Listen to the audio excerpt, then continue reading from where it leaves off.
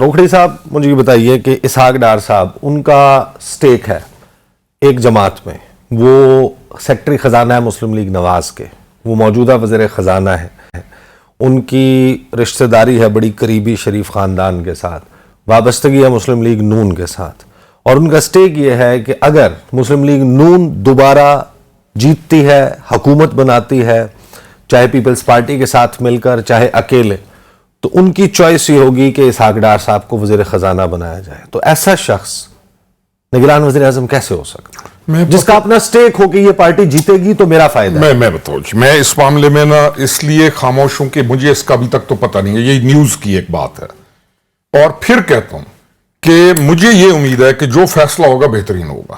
یعنی ملک ایسا نہیں ہے کہ کنسرنز کو آپ کو کیسے پتا ہے کہ جو فیصلہ ہوگا بہترین سر مجھے آپ کو فیصلہ لینے والوں کے کریڈینشلز؟ میں بتاؤں وجہ یہ ہے کہ اعتماد کی جو فضا ہوتی ہے اس کا قائم ہونا اور جو فیصلے ہو رہے ہوتے ہیں ان کو دیکھ کر آپ کا اعتماد بڑھتا ہے کہ ہاں اب ہم ٹھیک جا رہے ہیں۔ آپ ایک بس میں بھی سفر کریں نا تو ڈرائیور چلا رہا ہو تو آپ انسیکیور بیٹھے ہوتے ہیں 6 گھنٹے، آپ اسی دوبارہ کسی بس میں جاتے ہیں تو جب وہ آپ کہتے ہیں یار میں ایک سیکیور ہاتھوں میں جا رہا ہوں۔ تو مجھے کوئی شک نہیں کہ ملک اس وقت سیکیور ہاتھوں میں ہے۔ بڑی ایک جنگ لگ چکی ہے، بہت زیادہ اونچ نیچ بہت کچھ ہو چکا ہے، آپ لوگوں کو میرے سے زیادہ پتہ ہے اس کا، نہ اس کو کھولنے کی ضرورت ہے، وی لاگرز نے پتہ نہیں کیا کیا ہر چیزیں کھولی۔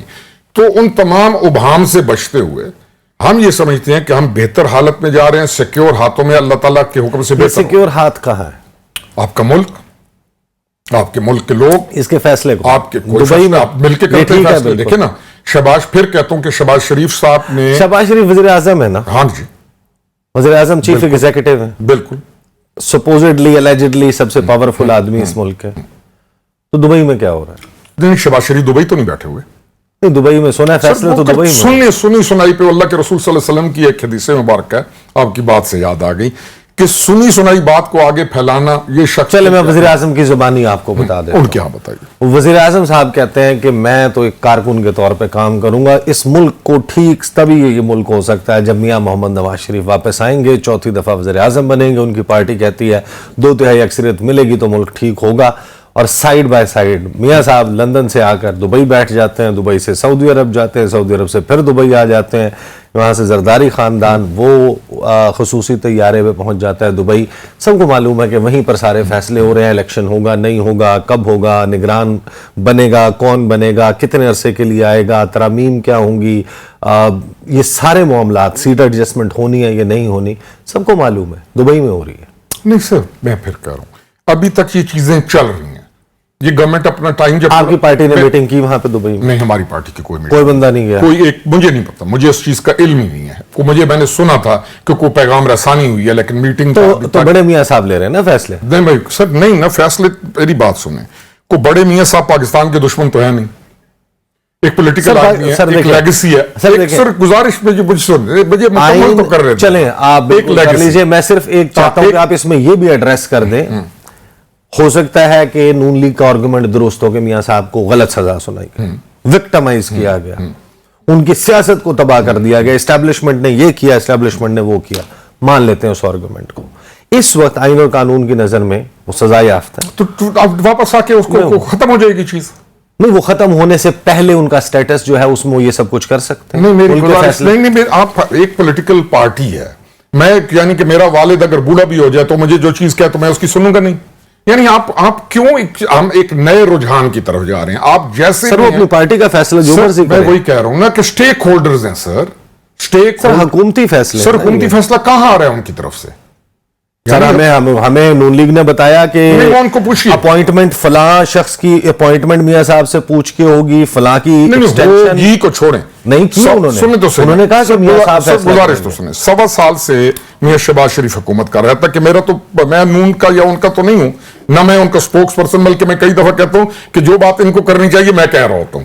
1.25 سال ہو گئے، یہ تو بڑی دلچسپ بات ہے، کئی دفعہ یقین کرے ہوتا ہے، میں کہتا ہوں یار میں سپورٹ کر 1.25 سال سے میاں شہباز شریف حکومت کر رہا ہے، اور ایسا پرائم منسٹر کہ جو اپنے اداروں کو مضبوط کرتے ہوئے آگے چل رہا ہے، اور حکومت چلتی ہی تب ہے کہ ادارے آپ مضبوط کرتے ہوئے، اداروں کو ساتھ چلاتے ہوئے، ذاتیات کو چھوڑ کے آپ ملک کے لیے جب سوچتے ہیں تو تب ملک بہتر چلنا شروع ہوتا ہے. جتنا اداروں کے اوپر حملے ان کے وزیر اعظم بننے کے بعد اور بننے کی وجہ سے ہوئے ہیں کون سا پاکستان کی تاریخ میں جو اداروں کے اوپر کرٹیسزم ہے وہ صرف اس وجہ سے ہے کہ ایک ایسا شخص جس کے اوپر جس کو چارج شیٹ کیا جانا تھا, انڈائٹ کیا جانا تھا منی لانڈرنگ کے کیس میں, اس دن وہ وزیر اعظم بن جاتا ہے, پھر آہستہ آہستہ وہ سارے ایک دم کیسز ختم ہو جاتے ہیں. سر میری بات سنیں نا, ہمارے پاس ایک پولیٹیکل وکٹمائزیشن کی پوری کہانی موجود ہے.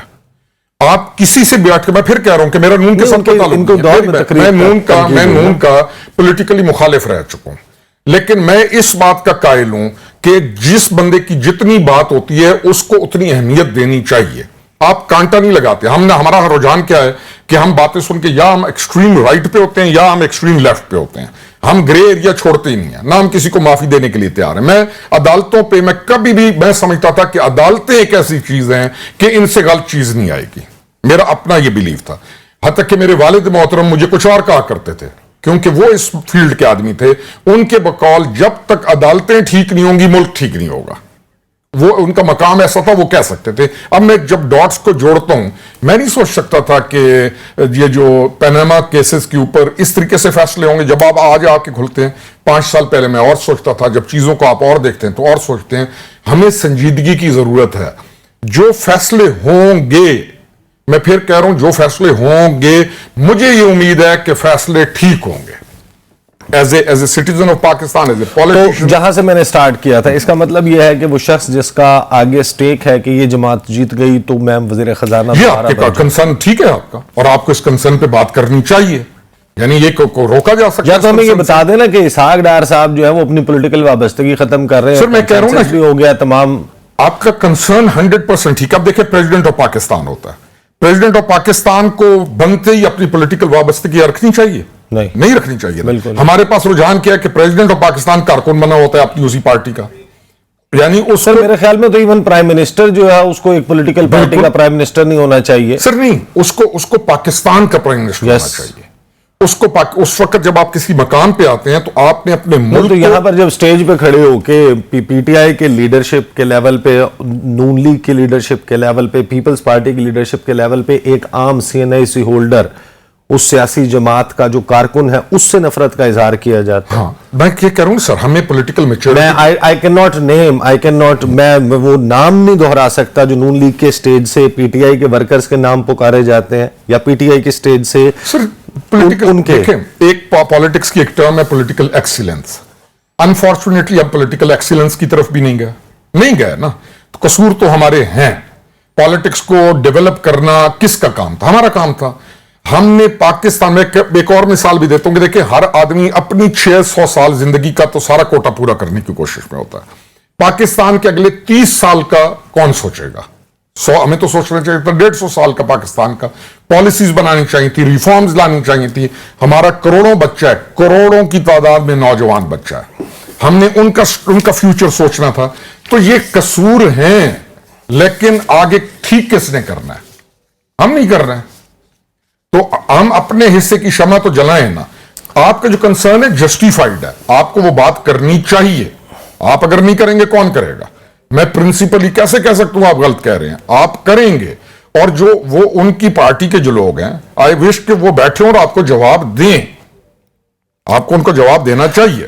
چلیں اسحاق ڈار صاحب نہیں آتے, لیٹس جسٹ سے کہ اسحاق ڈار صاحب نہیں آتے, کوئی اور معیشت دان آ جاتا ہے, کوئی ریٹائرڈ بیوروکریٹ آ جاتا ہے, کوئی ریٹائرڈ جج آ جاتا ہے, کوئی ریٹائرڈ جنرل آ جاتا ہے, کوئی موجودہ صحافی آ جاتا ہے.